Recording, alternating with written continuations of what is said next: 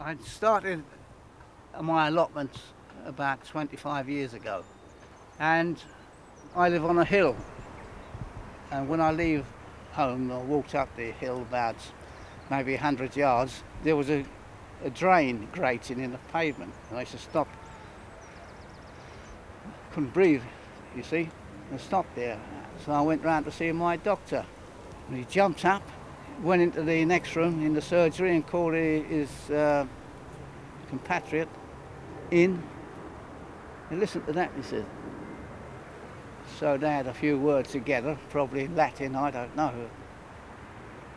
And he came back and he says, I don't want you to do any lifting, just take it comfortable, nice and easy. And in September I was in St Thomas's, had the job done, right as rain, 23 years.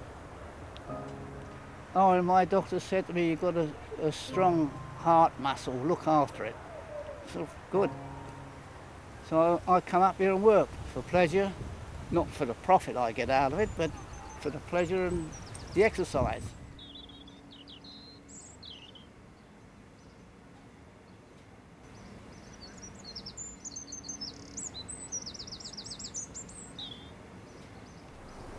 We've only had bees up here this season.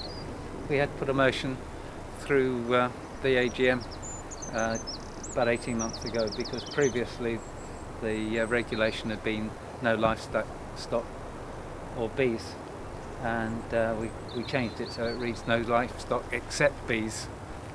And most plot holders seem to know that they like a ready supply of fresh honey, and they know the source, and they know that they're going to get much better pollination with the bees up here. So one or two people are unhappy with it, but bees are fairly safe as long as you handle them properly, but if you don't handle them properly, people get badly stung.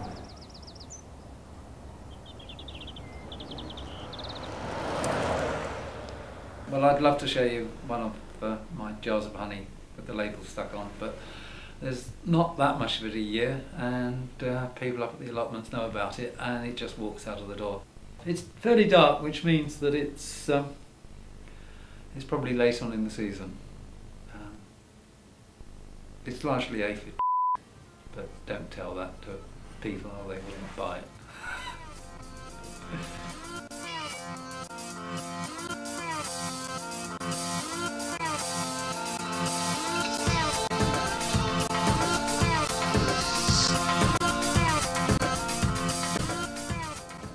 This is an expression of what I can do for my family, as opposed to something that I buy from Sainsbury, which has been grown by somebody for a profit motive. Sainsbury would keep some of these things looking green when they are 2 years old.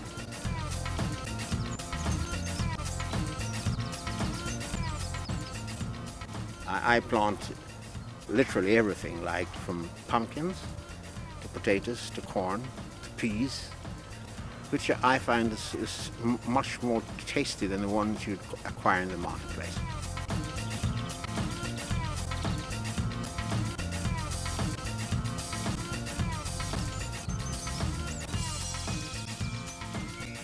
It's nice to have a little bit of competition, you know, stimulate the interest, get things, you know, going. And between my friends and I, we like to do that, you know. I like to have a little competition, so who can grow the biggest of the thing, or the longest, or the unusual, whatever it may be.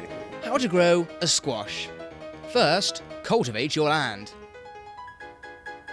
Take your crop and sow. Then leave for the sun and the rain to take hold. And hey presto, you have a squash.